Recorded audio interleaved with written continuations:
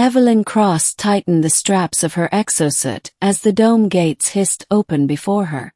She had been chosen from thousands of applicants to work inside the medieval sector, an expanse modeled after Europe in the 13th century, complete with castles, villages, forests, and armies. For most people, entry was recreational. They came as tourists, cosplaying knights and maidens, to drink mead in taverns and cheer at justs. Evelyn was different. She was one of the wardens, the select few responsible for maintaining order inside.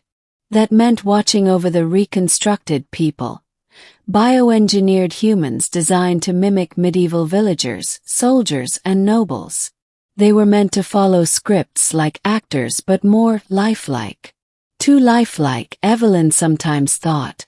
The heavy gates opened, and the smell of wood smoke and horses filled her lungs. She stepped into the cobbled streets of Caerwyn, a kingdom built from fragments of history and a generous helping of Arthurian myth. Villagers bustled around, markets shouted with the calls of merchants, and the distant clanging of the blacksmith's hammer echoed through the air. Evelyn adjusted the scanner strapped to her wrist. Readings showed minor fluctuations, aberrations in the code guiding the artificial people. That was why she'd been called. Something wasn't right. "Warden," a voice called. She turned to see a figure in steel armor, the crest of Caerwyn's lion gleaming on his chestplate. He was tall, broad-shouldered, with the unmistakable bearing of someone more than just a background character. Evelyn checked her file. Sir Alaric of Caerwyn, a legendary knight, reconstructed not from history, but from the myths of an unnamed chronicler. A figure meant to inspire awe in tourists, nothing more. "Sir Alaric," she greeted.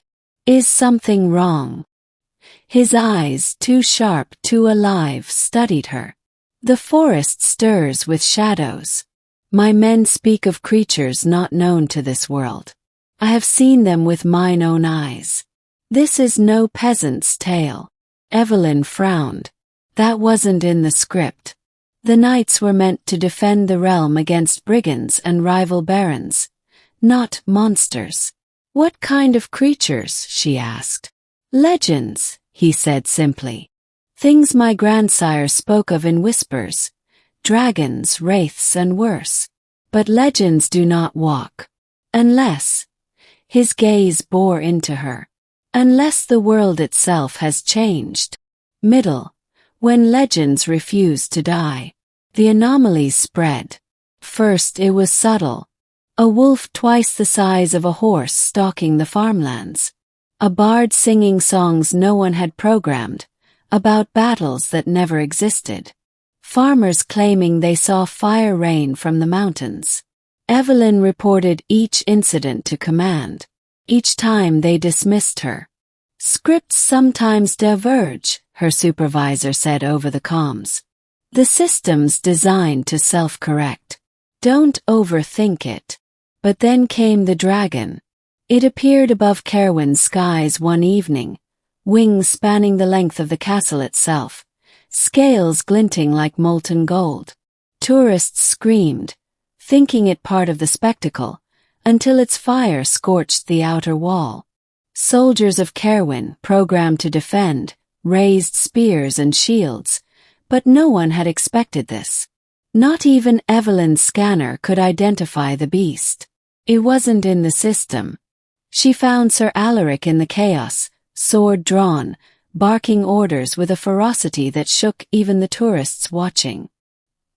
He fought as if the kingdom were his to protect, not a simulation. Evelyn joined him, activating the plasma edge of her warden's blade. Together they drove the dragon back, not slain but wounded, retreating into the darkened skies. Villagers cheered, but Evelyn felt only dread. That night, she confronted the control hub outside the dome. "You told me these people follow scripts," she snapped. "That they're bound by design. Then explain how a dragon, nearly leveled your precious castle." The engineers exchanged nervous glances. One finally admitted, "There have been breaches. The system's AI has been pulling from myth archives, not just historical records. It's reconstructing not just people but stories. And stories don't like being caged." Evelyn stared in horror. The dome wasn't just a simulation anymore. It was becoming a cradle of living legends. And the legends were no longer content to entertain. Rising conflict. The return of the king. Weeks passed. The dome transformed.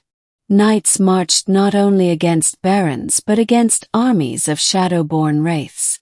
Forests teemed with fey creatures once confined to bedtime tales. Minstrels sang of an ancient prophecy, that Caerwyn's true king would rise again when legends walked the earth. Sir Alaric sought Evelyn out more and more. "You fight with honor," he told her one night as they stood atop the castle ramparts, watching torches flicker in the villages below.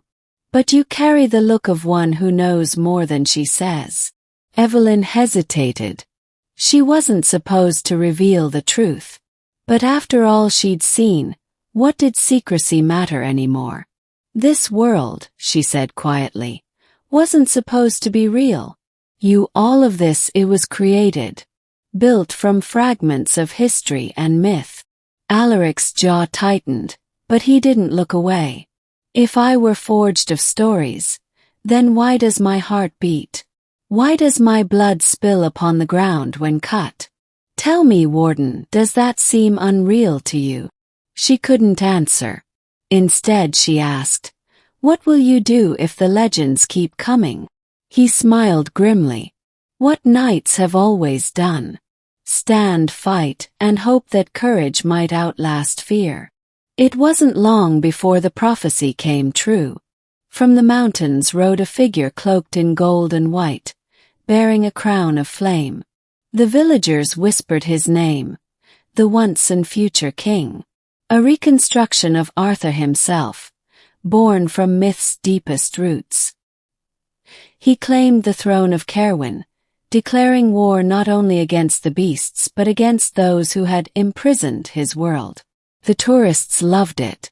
To them it was theater at its grandest scale. To Evelyn it was the beginning of war. Climax. The battle of two worlds. The dome's systems strained under the weight of unchecked myth. Engineers outside panicked, debating whether to shut it down entirely. But pulling the plug would mean erasing thousands of living, breathing beings who now believed, fought, and dreamed. Inside, the kingdom rallied under the banner of the returned king. Knights and villagers alike armed themselves, not for spectacle, but for survival. Dragons darkened the skies. Armies of the dead rose from forgotten graves. Evelyn found herself standing beside Sir Alaric once more, armor battered, sword humming with plasma energy. "Today," Alaric said, raising his blade to the horizon where storm clouds gathered, "we decide whether Caerwyn is mere story or sovereign realm." The armies clashed on the fields beneath the castle. Evelyn fought through ranks of shadow wraiths, her blade searing through creatures that dissolved into ash. Sir Alaric battled a dragon-headon, his steel dented. His shield burned black, but he refused to yield. Then the once and future king himself appeared, wielding a sword of light that could cut through stone. His gaze locked on Evelyn. "You are the outsider," he said. "The hand of those who bind us. Tell me, do you come to end our tale?" Evelyn tightened her grip on her sword. "No," she said. "I came to protect it. To protect all of you." Their duel shook the battlefield. Arthur's blade was myth incarnate, striking with the weight of belief. Evelyn's was forged of science, humming with energy no legend had ever known. Each clash sent shockwaves across the field, knights and wraiths alike pausing to watch. At last, Evelyn's blade found its mark, not to kill, but to shatter the crown of flame upon Arthur's brow. The king staggered, his power dimming. This world, Evelyn gasped, standing over him, doesn't need kings or scripts. Needs people. People free to choose their own stories. For a long moment silence reigned. Then Sir Alaric stepped forward, sword raised high. You heard her, he roared to both man and myth alike. We are not shackled to tales of old. We are Cerwyn, and we shall write our own legend. The battlefield erupted, not in more bloodshed, but in a chorus of voices, human and legend alike, crying out in unity. Ending, when legends became real. The dome was never shut down. Instead, the engineers reached a compromise. The Archive of Eras was no longer a tourist attraction, but a sovereign realm, half science, half myth, fully alive. Scholars flocked to study it, philosophers to ponder it, and dreamers to live within it.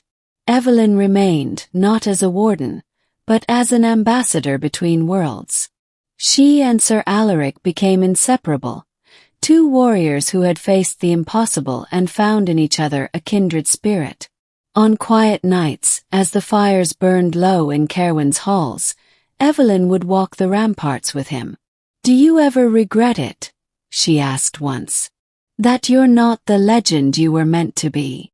Alaric smiled, gazing out at the stars above the dome. Regret. Well, for legends are bound to endings. I am free. And freedom is a better tale than any written in stone. The kingdom endured. Dragons flew not as terrors, but as allies. Wraiths became guardians of sacred woods. The people of Cerwyn wrote songs of their own choosing, not dictated by scripts. And so it was said, in both the world of men and the world of myths.